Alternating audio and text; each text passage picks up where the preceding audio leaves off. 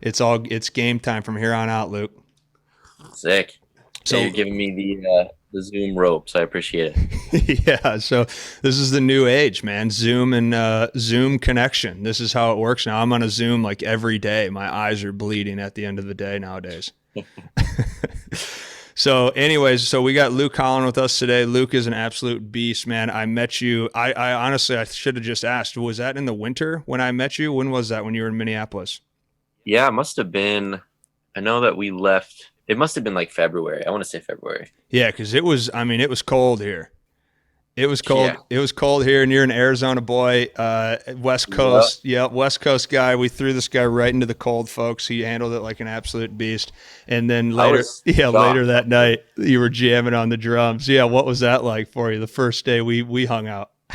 Man, well, that was super cool. Like I've never done, well, intentionally done the ice bath thing, Yeah, and with the sauna treatment and then training, like everything at once.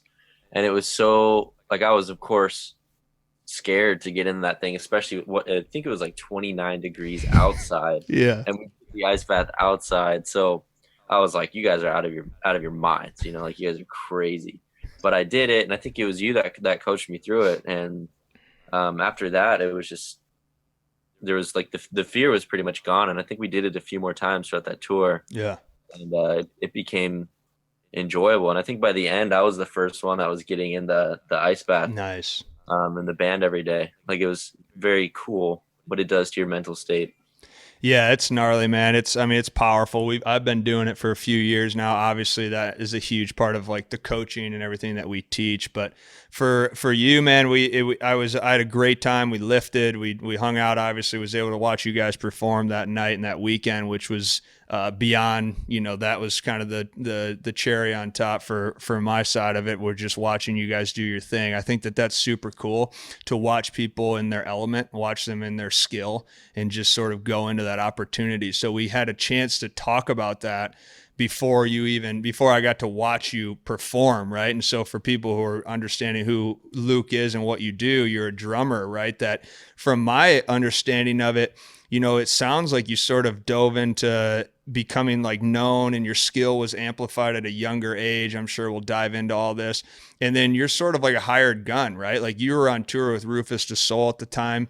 How long was that? And we can kind of dive into that too. But for the concept of the cliff notes of how your life looks, so we can create some substance for some people, and then we'll get deep. But give a breakdown of where you came from, how that sort of looked, what you do, and what your kind of career has shaped into, because it is a fascinating story. Oh, well, thank you, man. Yeah, I think, if I was to consolidate it, it would start by my dad was a drummer, but due to financial reasons, he had to sell his drums Mm. before I started playing. And then when I turned 11, I got my first drum set, and I was just playing in my garage to all my favorite bands at the time. A lot of metal stuff, so pretty Yeah. intricate, technical, fast.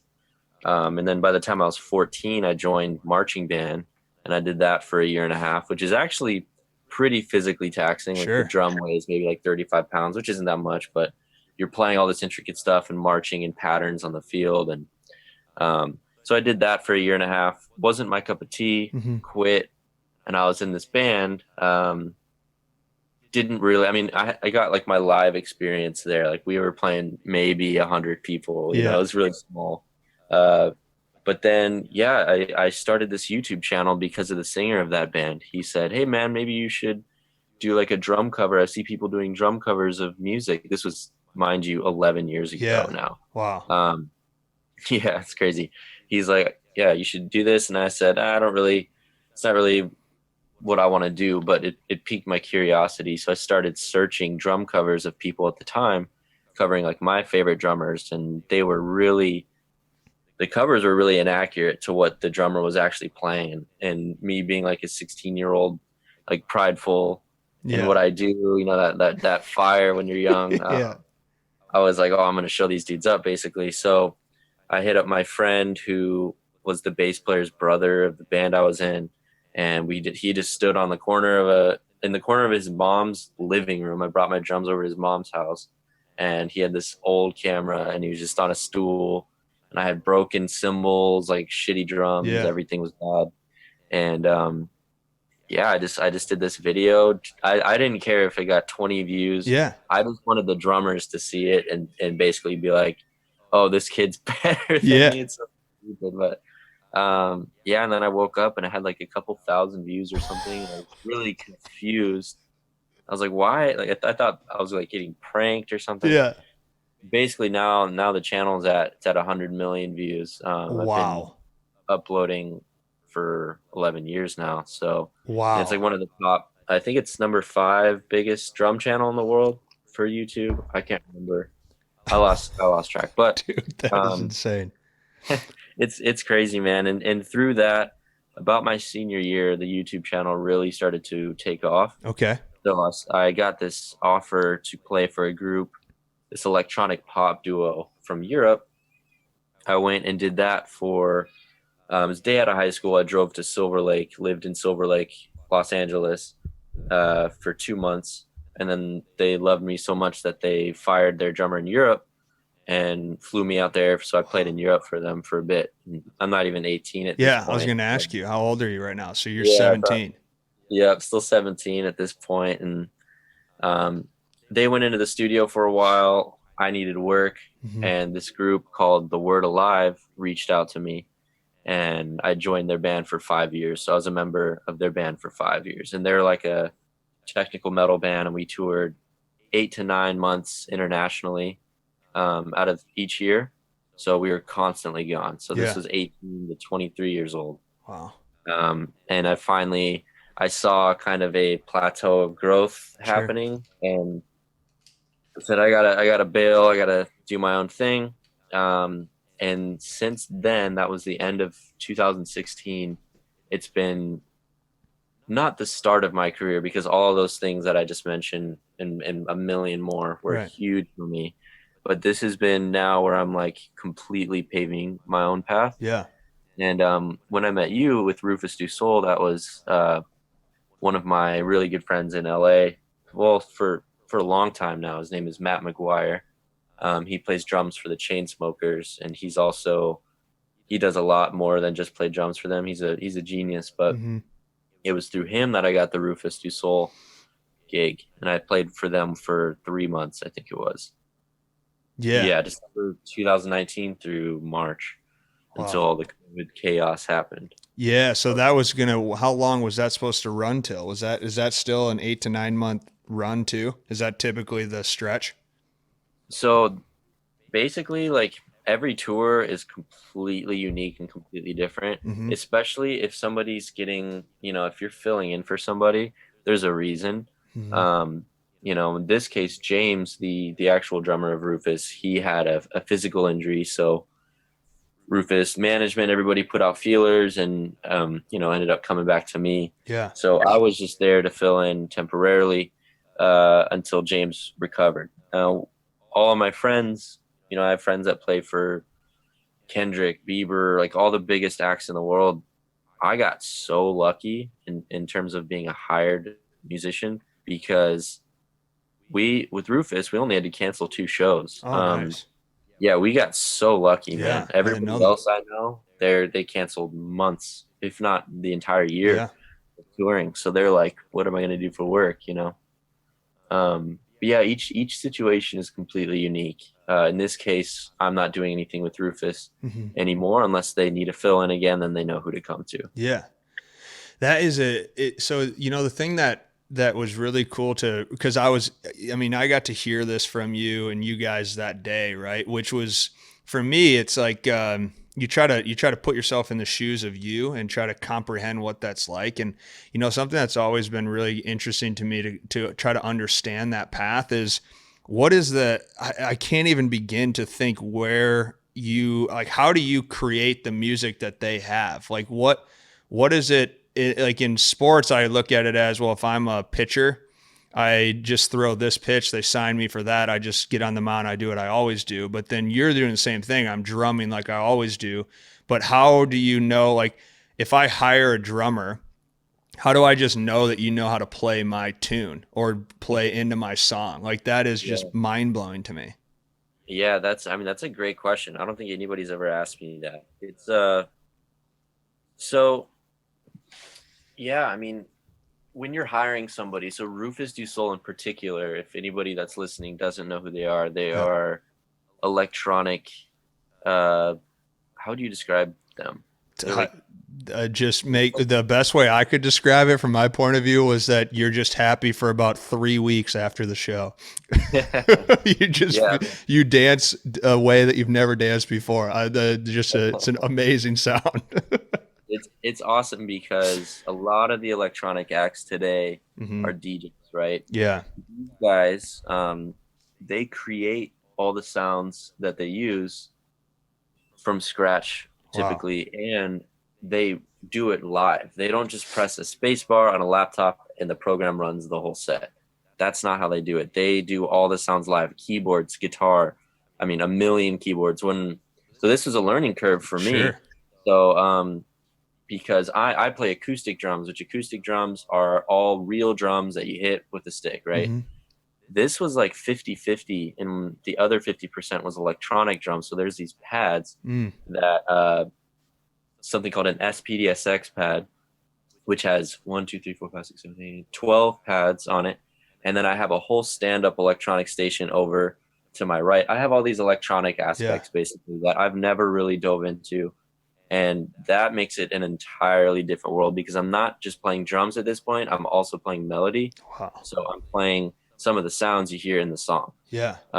whether that's a little vocal part or, so this was huge learning curve for me, which is why they had to be extremely particular in who they pick. Mm. And if it wasn't for Matt McGuire putting in his word on my behalf, saying like, no, like Luke, I promise he will get the job done. hmm I don't know if I would have gotten the gig because I don't have on paper probably the experience that they're looking for in the electronic world. Mm. But because they gave me a chance and I fucking crushed it, Yeah. Killed it. Yeah. that now gives me that world. So yeah, it's one of those things. It's funny actually is I've been teaching drums for about 8 or 9 years, Oh wow. and I always say like to people who are just starting, I always say give it about a year until your brain can actually like really start to wrap your mind around it, because you're using four-way limb independence completely. Your right hand, your left hand, your left leg, your right leg are completely um, in sync or not. Like they're Yeah. doing completely unique rhythms at different times. And it really takes a long time. And then once it clicks, Clicks. that's when the creative freedom starts to happen, and that's when it becomes fun. But at first Yeah. it's a struggle for sure. So yeah, I think that it's a really interesting question. I've never been asked that before. Well, it's interesting to hear the part two about how now you have like that in your arsenal. Like now that like raised your value, right? That's like Totally. a new skill set that you just put in your toolbox, which is crazy to even comprehend too. To think about that, to go even deeper into that, because that is a really cool concept. When you do enter this, so Mark lays you up, right, and says, this is a guy you want. They bring you in. What is that like in your role? Because that's got to be nerve wracking, because you're jumping into a group that knows each other. So one, you don't even know them. And Yep. so you have to build that connection already. And then two, I'm developing new skills like on the fly. And then for everyone who's listening, just keep in mind he's talking about one of the best bands in the world here. So now the third part is now there's going to be a lot of people coming to watch that. So I mean, there's a lot of stuff on It's a you. lot of pressure for Yeah. sure. So what is And that? What's that process like? so it's funny, I dove into the hip hop world in Mm-hmm. 2017. Like I played for a guy named Playboy Cardi on like Mm-hmm. Jimmy Kimmel and things like Nice. that. And that world, going from that world to the metal world to the electronic world, Yeah. like they're such different vibes. And I got very lucky that Rufus in particular, 3 months of touring, like you're on stage for 90 minutes out of Yeah. the day, but there's 22 and a half hours of a day left, So a lot of that has to do with, yeah, like personal camaraderie and how you yourself. And if you're notoriously not a good person, you're not going to get hired, difficult to work with. They're not going to Sure. get a bad reputation. They're not going to want to work with you, basically. So I'm super like thankful that the Rufus guys, and not even just the band, but their entire crew, Yeah. they were all so nice and so welcoming and inviting, and um, just wanted me to feel super comfortable. And so, they understand. They're adults. They're in Yeah. their 30s. Like, they understand that it's a lot of pressure, and they don't mean to be putting pressure on me, but it's, we're playing Yeah. 25,000 Like people a what's, night, like yeah. on these shows. Like, you can't, it's like showing up to pitch Yeah. at a game, and like you can only throw 60-mile-per-hour Right. fastball. Right. Sorry, bro, like it's not going to cut it. You got to throw that 95. So yeah, so luckily I've been doing my thing for as long as I have been, which I've been playing for like 15 years now. Mm-hmm. And one of my strong suits actually is learning material, like learning music and writing my own parts to music. Mm. That has always been my strong suit. If you were to ask me to do like a drum solo, just Yeah. drums by itself, of course I could do one, but it wouldn't feel natural to me. What feels natural to me is playing drums to music. That's why I started playing drums in the first place, is my love for music. Wow. So yeah. So That is cool to think about. That's cool to think, because I think of as you playing the drums would be equivalent to a writer or an author writing a book, right? Like it's just like, do melodies, like what is the artistic, what does that feel? I don't even know if you can actually answer this, but I'm going to ask it anyways. yeah, What is the artistic like feeling or flow of movement? Because you're making art through movement and sound, whereas like an author or writers, you could be playing a melody or listening to nature and just be writing out thoughts, but you're putting thought into like an action, you know? yeah, yeah. No, that's a great question as well. I think that as you start to play, so drums, for example, you have multiple different things. You have different cymbals. You have hi-hats, crash cymbals, ride cymbals, chinas, stack cymbals, and then you have snare drums, kick Yeah. drums, toms.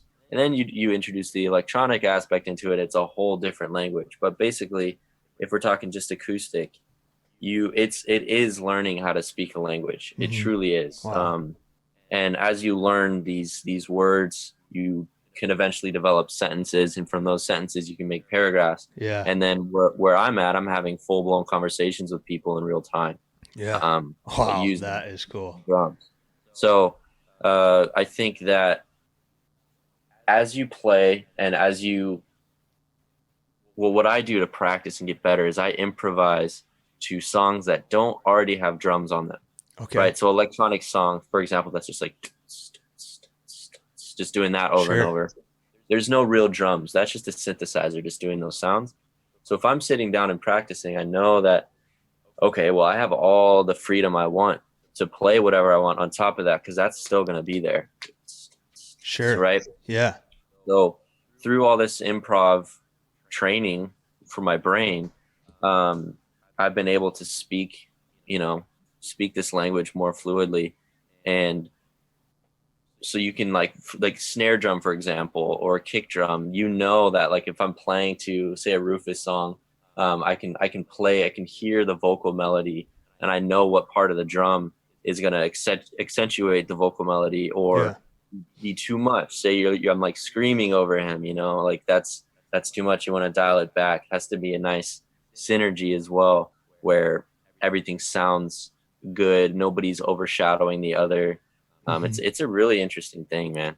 There's a lot that goes into it. Yeah, so I mean so if you're practicing with a group compared to playing the song, if you're playing a song with no drum and you're just listening to that audio and you're working your language into it. Now you add people in real time. Is that sort of what a practice session looks like? Is you're trying to figure out tone and volume of each sound? Can you guys pick up on that? Is that sort of how you develop a good team? Really, is being able to figure that out together? Yeah, and I think again, this will vary with the genre of Mm-hmm. music. I think uh, Sure. my background is metal, right? So Yeah. metal is very precise, very, very precise, very technical, and most of the time loud and in your face, Yeah. right? But it's syncopated, everything. So if my feet, so I use 2 feet for the bass drum, it's called double bass. If my feet are doing da da da da da da da da da da, right? Mm-hmm. Then the guitar is doing da da da da da da da da da. So we have to be perfectly in sync with each other.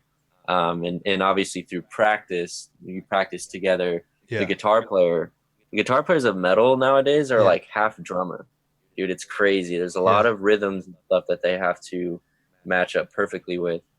But when it comes to electronic music, yeah, that's a whole, it's so much more sensitive, and Mm-hmm. it's a lot less technical, but it's way more technical in other ways. Sure. It's hard to Sure. explain. But yeah, with practice with electronic music, it is a lot of that going into rehearsal and being like, oh, this sample is way too loud in the mix, or this sample is way too quiet. We need to boost this up. Or like, hey, can I get John's keyboard down in my Yeah. headphones? It is a lot of that, but also developing that sense of, especially as a drummer, that sense of, oh, I need to dial it back, and I need to let the vocalist shine in this moment. Like, I don't need to Yeah. be hitting as hard as I can, like finesse, you know. Oh, that's cool. That is cool to hear. That's like the human ego, right? That's even that part of it too. Putting that aside, you said something really cool in there about the difference between rock and metal, and then the sensitive. That was a word that really stuck out to me, of the sensitive side of this different genre.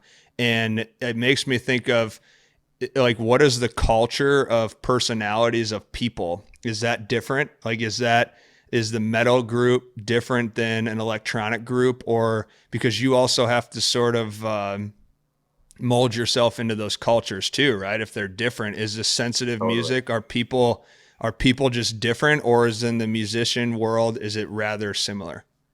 They are, there are similarities and there's differences. I think that I also haven't truly experienced the electronic world because I Mm-hmm. went straight to the top. Yeah. I went Yeah. straight to Rufus Du Sol. Yeah. And from the metal world, I came from the bottom. I came from the Sure. local It's a great band, point. playing at churches, and like being 15, 16 years old, Yeah. and all the way to, like I with a metal band, I played like with the Word Alive. We had some shows in the Philippines. We played 36,000 people. Like we had Wow. some really big shows that we did. Yeah. Um, so yeah, I will say, like, in the metal world, at least from my personal experience with the Word Alive and Jason Richardson, one of the best guitar players of our generation. Mm-hmm. We have this dual project together that we did, which I can get into that later. Yeah. But Right on. it is it's almost like it is professional, of Yeah. course, Yeah. Yeah. but it's also a little bit more abrasive, I will say, a little bit more harsh, but not Yeah. in a bad way. Yeah. There's less giving a fuck. Yeah. Yeah. Like with Rufus, they're super lax and super awesome and incredible people, and there was no harshness whatsoever. But it was some of the moments, it was kind of like, oh, like I'm gonna, a couple of guys, like, I'm gonna go like get a massage and kind of just chill for the day, and Yeah. that kind of thing. Where while I was in the Word Alive, we'd be like, let's go, cliff jumping or something, like, Yeah. Just adrenaline. yeah, Right. just pretty different. Or like, let's go hang out at a mall on our day off Mm-hmm. and kind of let our brains turn to mush for a day and not really have to think about stuff. Where with Rufus, it was like they were very, very in tune with how important the mental consciousness is. So they were Yeah. constantly like taking care of themselves. So I guess in a way, like, Yeah. the metal world that I experienced was probably way worse for me, Than that in a world. way, but it was super fun. I had a great time. Right on. Right on. Well, what do you take from that and the concept of you singularly? Because then that's a really cool. I would almost argue that that's advantageous yet again, right? How you said that already, that new skill set of now I have electronics too, but you can go back into the metal world. But is that like what skill? That's got to be another skill set to be able to learn from that culture too, and you can able to be a part of all worlds. Absolutely. And especially as like a session musician, Hmm. somebody who will record on albums or go on tours with random bands or like Yeah. whatever it is, you have to be a chameleon, dude. You have Yeah. to. Kind of what I was saying earlier, like there's that very small window of time where you're actually performing. Um, Most of the gig is like you being not a shitty person. Sure. And so yeah, that's a skill that luckily I've always been pretty good at. Um, my mom would tell me stories of like we'd be at like Walmart or something when we're three. I was like 3 years old, and I'd just be striking up a conversation with strangers, Yeah. and she'd be, oh my God, Luke, like get back here, kind of thing. But I've always been a very social person, and I've been it's easy to deal with people, and I enjoy dealing with people Yeah. and working with them. Where I know a lot of dudes who are extremely talented at drums, but they're like They their can't do ego it. is through the Yeah. roof, or they're extremely awkward with people, and it's like, yo, I don't really want to share a bus with this dude who like Right. you know what I mean? Yeah, well, yeah. I mean, that's the 22. I know exactly what you mean. I mean, that was like when I was playing baseball, a 7 month season. I mean, you play a 3 hour game, there's your time. But other than that, you're talking to this guy or this group of people the whole day for 7 months. You Yep. have breakfast, lunch, and dinner, and then you compete together.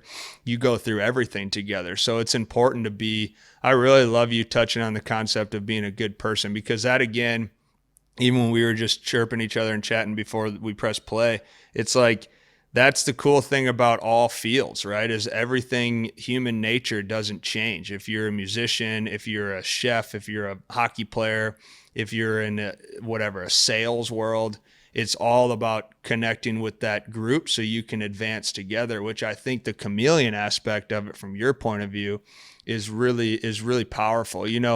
As I was also kind of looking at it as when you're diving even deeper into practicing and training, something that's really unique. And I've always wanted to ask somebody this that is in your shoes, and I don't think I ever have, but Okay. you know, music is like the connector of all. You're like, when you look at sports or different environments or people who are an entrepreneur to a specific product, you kind of have like your niche market. Now, I understand music has a niche market for that type of genre, and I get that. But you're touching on so many different topics, although music across the whole world connects people, right? Yep. So the feeling of music, like when you ask me what's Rufus Du Sol like I never really listened. I mean, my buddies at the gym did, and they had told me, like, when Ben told me you guys were coming in, and he was like, "Hey, we're gonna do some. Can you do some breath work and heat and ice with these guys?" I was like, "Yeah, sounds good, man. Cool little Friday. Yeah, sounds good."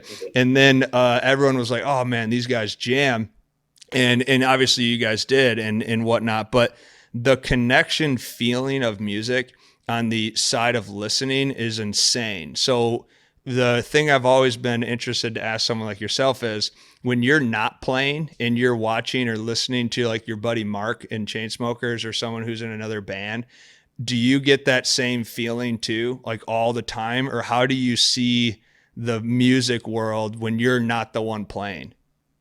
Yeah, I think when you have that capability of speaking that language at a very deep level, Yeah.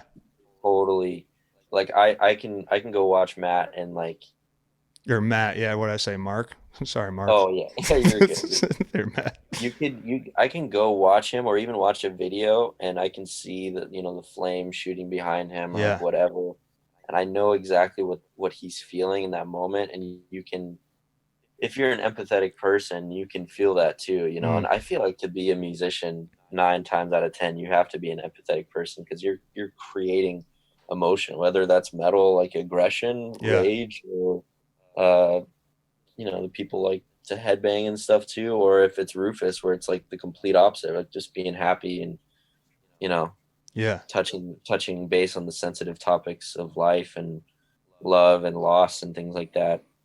Yeah, I mean, I've felt that connection to music. That's the first real, besides like my family, my mom, that's the Hmm. first real connection I've ever had.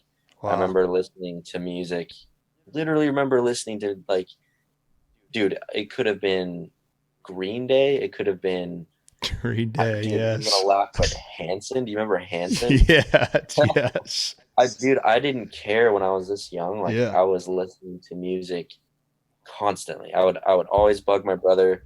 He was the first one to get an MP3 player, and I would always bug him. I was like, dude, like, can I listen to it? And he's Yeah. like, fine. Like, finally, And yeah, it's always really I've had this deep connection, and absolutely, dude, I can see. Well, you know what's interesting about that too Yeah. is not everybody's like that, especially musicians, and especially in 2020, dude. Mm. Now it's kind of turning into a thing where you can see that somebody is doing this for money or they're doing it for fame, right? Wow. It's Yeah. not for that feeling, and it's not for the love of music. And dude, people can see right through that shit. I'm sure.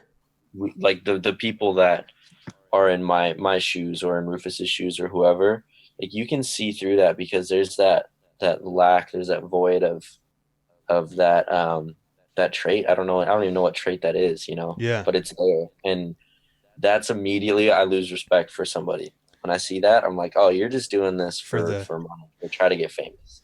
Yeah, well, I mean, look at it in the shoes of, okay, so I mean, you are famous, right? In that aspect of when you are famous, how do you keep that love, right? Like that, like how do you keep that part of it rolling? Like, so flip it on the other side.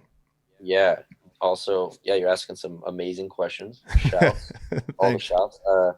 Yeah, like that's actually something that I get.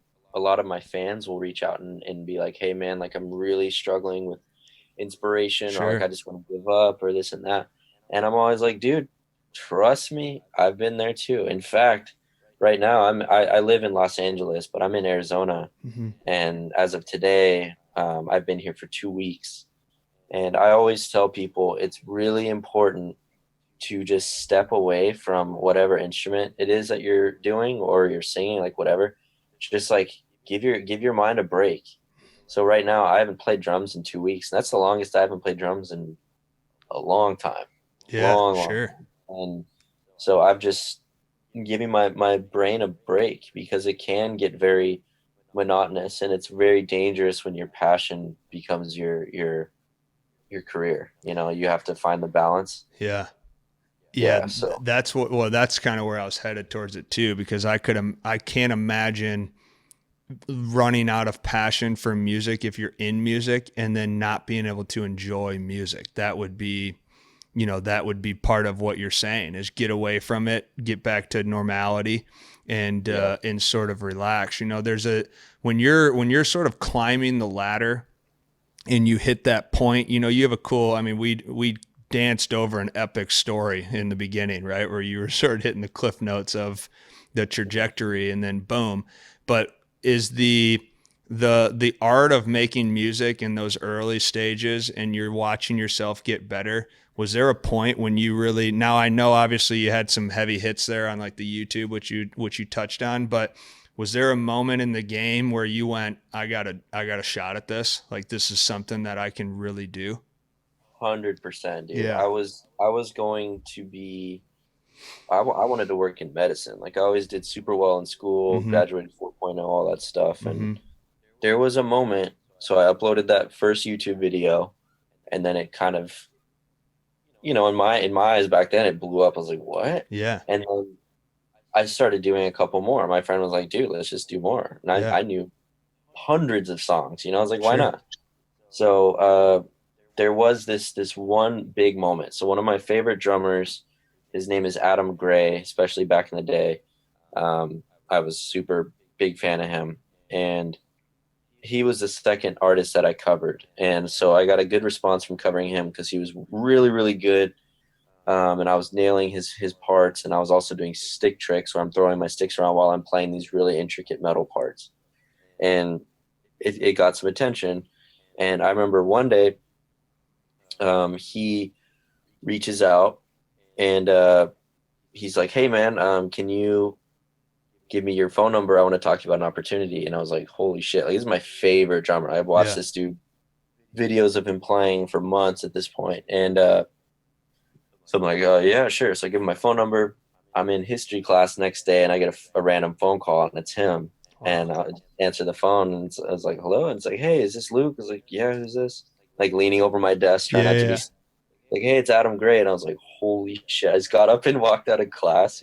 yeah. My teacher was like, "What are you What are you doing?" I was doing?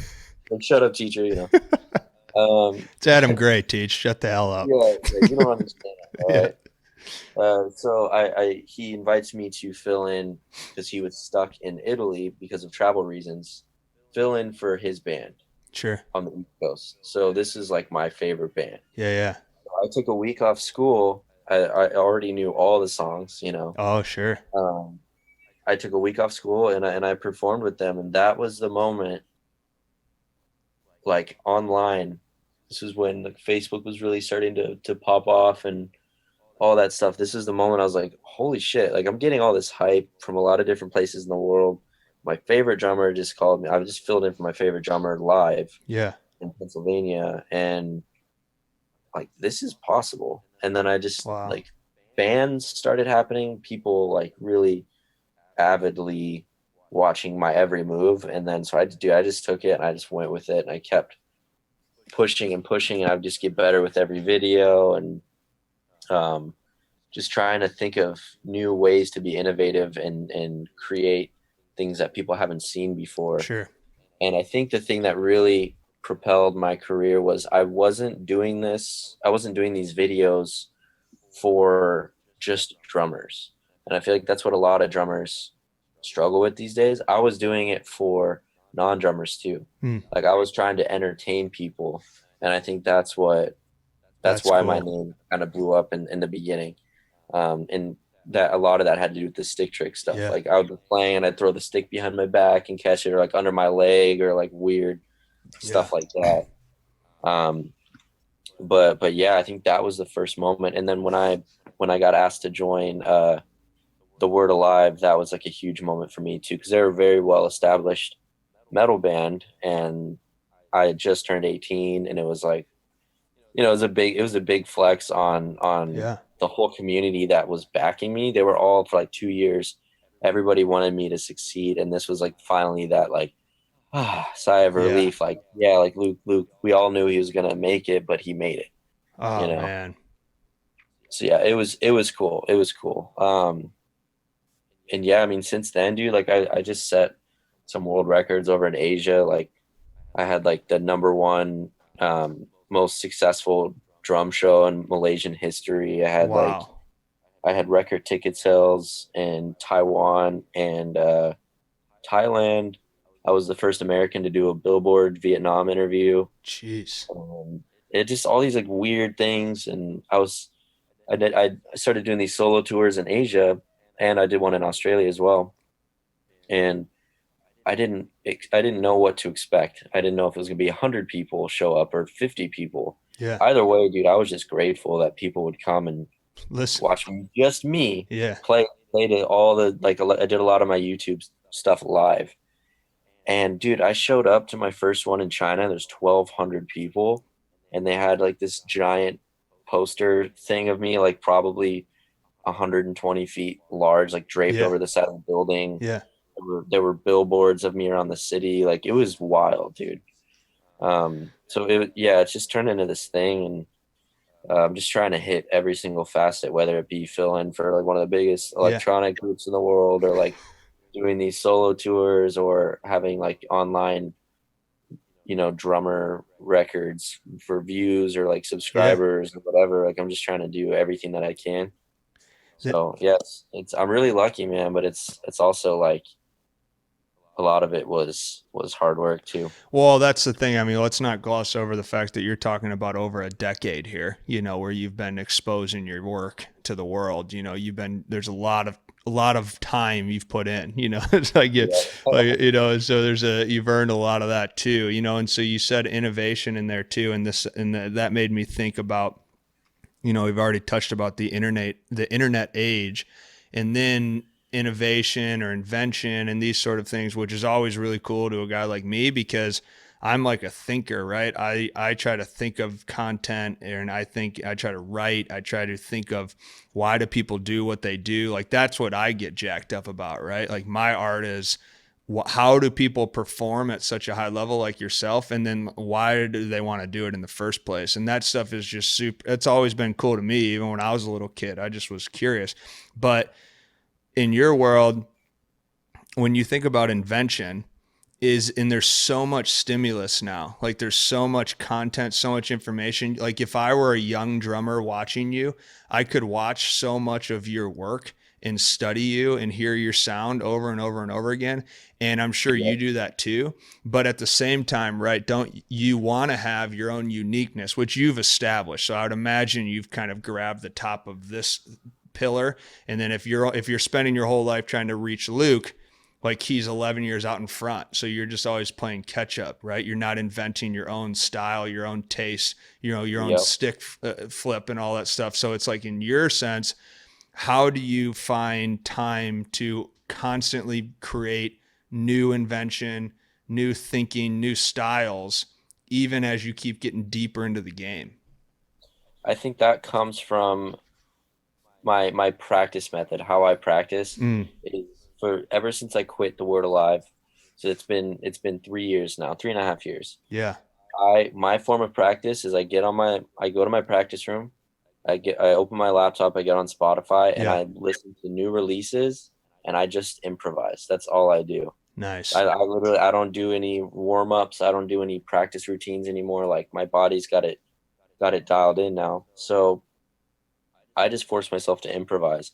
And through me playing the music I've never heard before, it's like giving myself an exam every single time I do it, right? I It's like, all love right, that. you've been learning like all this information. It's time to put it to the test like on the fly. Mm-hmm. So I've been doing that for 3.5. I mean, I've been doing that forever, but like really just exclusively doing that for 3.5 years. And I've noticed a huge, huge just increase in like my ability to improvise, but also the expansion of my voice too, because I won't just Mm-hmm. play just hip hop or Yeah. just electronic or just metal. Like I'll play anything, dude. I don't care. Yeah. Um, and I think that allows me to learn new phrases that I can use in those paragraphs. You know what I mean? Yeah, no, I do. It's like a repetitive environment is almost like the anchor to mindlessness, like you can't, it's just, you're just doing the same thing over and over again. You lose. I love that word improvise, right? It's that intuitive. That was one thing when we were texting the other day, I was thinking to myself, like, I really want to see the intuition of Luke. Like I want to hear intuitively how this guy, like that answer right there is so cool for a guy like me to hear the shifting of environments and tone and those sort of things. That's a great little nugget there for everyone who's listening. So here, I'll get you to, I'll kind of take you through our finale. We always, the only script I did tell you, so I guess I kind of lied, but I have one little script part at the end. We've done this with everybody. This was kind of how we formatted MindStrong years ago. I developed this when I was in college, and we kind of just worked on it with everybody in the team internally, and it just became a cool thing to ask guests. But, we always take everyone through what we call the Diamond Series. So it's basically their purpose, their standards, their systems, and vision. And we started off, so you look at you singularly, and you as like a human, right? Not necessarily the music, the bands, the travel, all these sort of things. You look at yourself as an individual, and you think, well, what is the intention that makes you think the way you think, or pursue going on a singular tour in Australia or Asia, which is mind blowing, for people to really let that sink in. Like this guy's talking about doing that, playing the drums in front of people across the world on his own, right? Like that is incredible, right? And Thank then you. jumping into these different bands and learning their language, being a chameleon. It's a lot of great nuggets, but then your purpose now, like what are your intentions in the sense of how do you identify with yourself as a person? How do you recognize, okay, I need to take these 2 weeks off. I gotta normalize my life. How do you service those around you, your family, your friends, those sort of stuff? And then my favorite part of trying to establish purpose is, what do you find worth struggling for? So like as you continue to enhance your career, which you're doing a phenomenal job. Like, I mean, I liked hanging out with you right away, right? And you're a young guy like myself. So it's like, let's go ahead and sustain this, dude, and jam for years, right? And Yep. so at every checkpoint, there's like a new level of struggle. And so I'm just curious, and I know it's an evolving answer, but when you wake up and you kind of think about improving, when you find this new struggle, what is it that is in your viewpoint right now that gives you like a high sense of intention? I think that it has always been, this is going to sound so cheesy, and it is cheesy. And it's not the sole reason why I became a drummer in the first place. Mm-hmm. Drumming, I was meant to be a drummer. Truly, I truly believe that. And that's cheesy as hell too. But I've always wanted to be known for what I do. Mm-hmm. That like, Yeah. you could sugarcoat it in any which way you want, but I've always wanted to be respected for playing the drums and for doing it in a way that is unique and it is me. Mm-hmm. And I've wanted that to be my career up until like, physically I'm throwing in the towel because Yeah. drums are very physically demanding. Um, but I mean that's like the bare bones of it is it's been this thing inside of me for so like as long as I can remember. I see people that I look up to and they're typically, famous or successful or whatever. But I think that I've always kind of wanted to emulate that. Yeah. And if I really think about it, it probably has to do with the fact that I didn't grow up with a whole lot of money Mm-hmm. or anything. And I think that my mom was like a single mom for a bit, and my parents were divorced when I was very young. Mm-hmm. And she was a teacher, and she was also going to school, and she was raising three kids, like pretty crazy to think about now. But yeah, like my stepdad, he did construction. My mom was a teacher, so we never really had money. So I Right. think that that lack of something was a driving force for Yeah, sure. for I sure. mean, I had my first job when I was, I think, 11 or 12. I Mm-hmm. was a janitor at my school every single day for seventh and eighth grade. After Wow. school, I cleaned three buildings. Yeah. Um, and I did it under like a stipend, it's called. So it's so funny, dude. It's like Yeah. $120 Yeah. a month or Just something. Like, freaking getting to work. yeah, but I used that and I got drum stuff with that money. And yeah, I've just been always like really driven and hardworking. It's kind of come before a lot of other aspects of my life. So Sure. that could be a problem in itself too. But yeah, I think it's just this force that I feel inside of myself to it's not even be the best, because with music there is no such thing. There is no such Mm. thing as like that's the best drummer in the world. Like that Right. doesn't exist. It's all it's subjective. Yeah. And it's just I've wanted to be known and respected and be successful Yeah. with my passion. So I think that's the answer. Wow, that's a great answer. That's a powerful answer. When you take that down and you look at, and you've said a lot of this already, but when you look at the standards of your life, it's a beautiful remembrance too, of just, understanding like discipline and work. And I worked at a young age too, man. I was a paper boy. I still think about that. Just getting told, I used to have to sell papers door to door. You get told no a million times. You just learn how to go out of the hell with it, and now you carry Yep. that trait into your 30s. But, when you look at yourself mentally, physically, and emotionally, like in the objectives you need to hit day in, day out, so you feel able to think the way you want to think and expand your passion the way you want to expand it.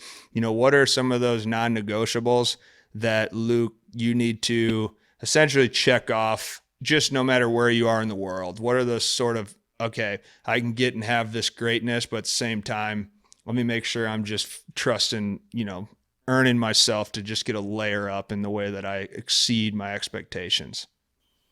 Yeah. I think probably not. I don't know. Life's all about balance, Yeah. right? Like I I've noticed, take for example, when I was in the Word Alive, I was 18. Yeah. I swear, dude, I always say I blinked and then I was 23 and I was like, oh, I've been in this band for 5 years. Like Yeah. it went by so quick and it was such a immersive experience. Like, dude, I'm almost on my third passport, and like that first passport, we had to get a bunch of pages inserted into like the amount of travel I did was crazy, Oh, I and bet. I played easily 1,200 shows during that time. Wow. Played Yeah. tons of shows all over the world, and I think kind of during that particular time, so I'll be 27 next month. Hmm. Um, I noticed that I'd come back from a 2 or 3 month tour, and like my best friend had moved somewhere, Yeah. or my sister's pregnant, or Yeah. like like just life things that happen, and you're just like, oh shit, like you're sacrificing a lot of that, like that normalcy, Yeah. that safety net that a lot of people have, or like dude, having a normal job like before COVID and all of this stuff, like people know exactly, for the most part, if they're on salary or whatever, they know exactly how their life's going to be this year. Right. I have no clue how my shit's going to be. Right. No idea, but that's kind of what keeps it exciting. Yeah, sure. Like last summer, I drove out to Arizona from LA to come see family and friends, and for my birthday. And so it was actually like exactly a year ago. And on the way there, one of my two roommates calls me, and he's like, "Hey, are you in LA?" And I'm like, "No, I'm actually driving out to Arizona." And he's like, "Well, you need to come back because I have this crazy opportunity, and trust me, you're not going to want to pass this up." So I was like, "Damn it." So he Yeah. told me the opportunity. I was like, "All right, I definitely have to do this. Just give me like a day or two here with, I already made the drive." So I had to sacrifice that. And it was, I played drums for Jeremy Renner, who is Hawkeye in the Avengers. Hmm. And he's been in a ton of stuff, he's an A-list celebrity, Yeah. and I did drums for his music video, and we did 3 Jeep commercials together. Sure. It was a really cool experience, but it was things like that, or like most people would be like, "Sorry, dude, I don't want to work right now. Like Yeah. I'm Yeah. Yeah. driving out to a different state." But Yeah. for me, it was like, "Oh, I can't pass this up."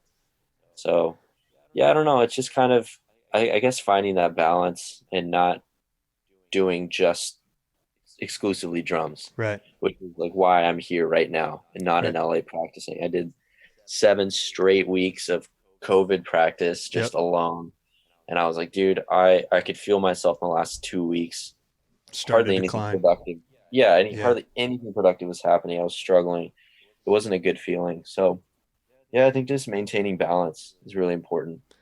No, that's awesome. It's weird you said I was taking a hike today and I was thinking to myself, man, I've just been working too much in the house for the last couple of weeks. I was thinking about hitting the road this weekend actually and just doing the old Oh, man. drive and hike and camp type deal. So no, man, I'm really excited to ask this last question to you and just sort of let you kind of tie a bow on a really fun conversation. But when you think about, and you've already, again, you've said this to a degree, but a cool thing to ask you is somebody who has seen that environment, like you've seen and felt the emotion of thousands of people moving and emotional changes to your sound, which has got to just be probably undescribable, right? It's just something that if you haven't felt it, you don't know it. But to see what you've achieved already and then what you're capable of, and I love the concept that you also teach people too. I love that aspect that you teach, younger drummers and so those sort of things. But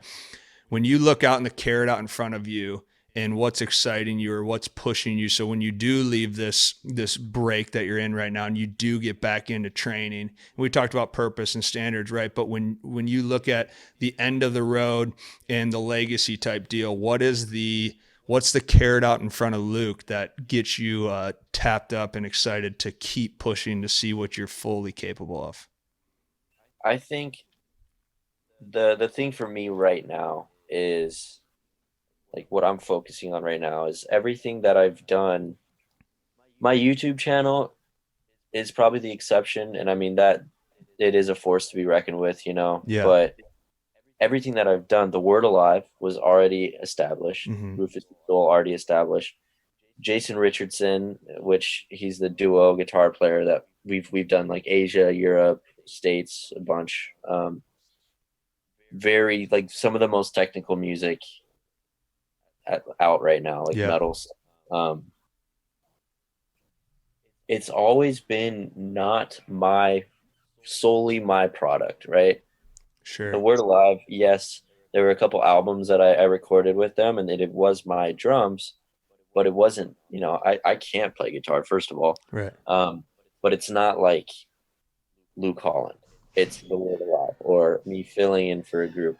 So like what I want to do right now, what gets me excited, what I've been working on is my solo career, like doing how many times have you ever heard of a drummer being like the face of something? Very seldom, if ever, If ever. I right? was going to say, I don't know.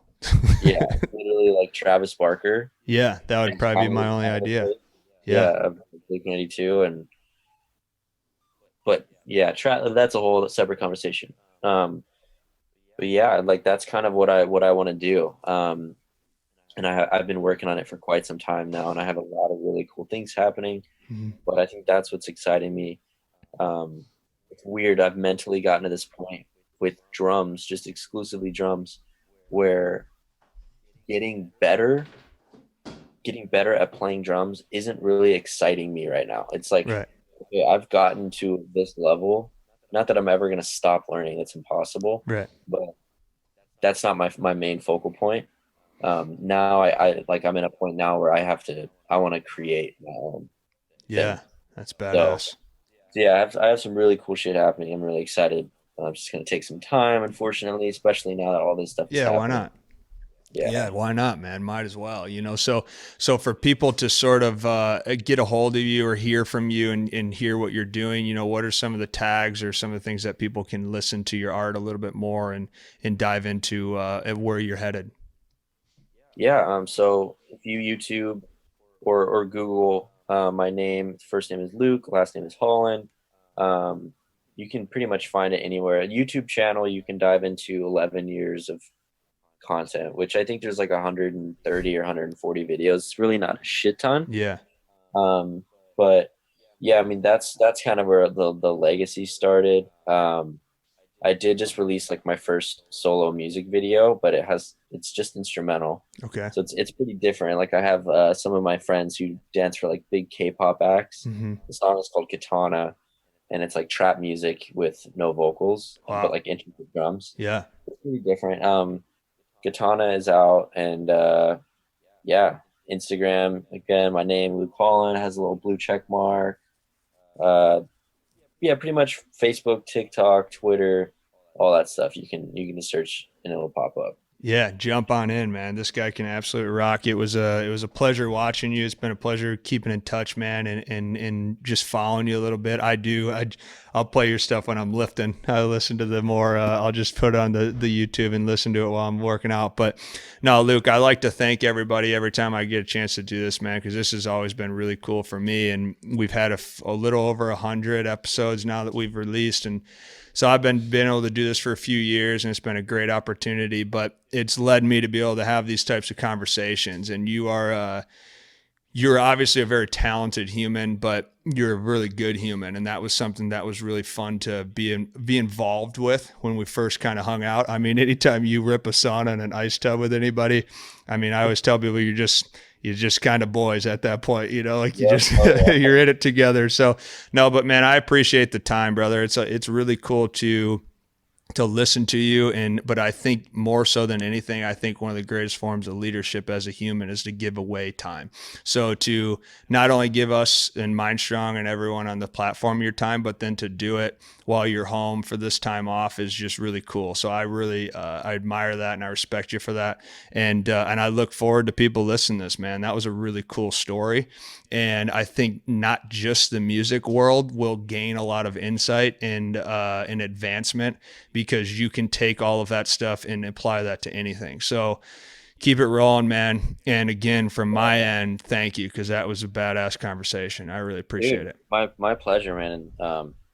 And I've done hundreds of interviews, and some of those questions were really awesome. It's different, so Yeah. really appreciate you asking insightful questions and stuff that's actually, you know, not it's against the grain for Yeah, sure. I hear you, But man. yeah, man, I really appreciate you asking me to do this and taking the time out as well. Yeah. Right on, man. Well, hey, I'll let you know. Safe time back with the family, and then when you get back to LA, and if I ever get out to LA, which I was planning on doing at some point, but if I ever get out there, I'll give you a shout, and we'll hit each other up. Yeah, sounds good, man. Well, be safe and hit me up All right, brother. I'll see you. later, man.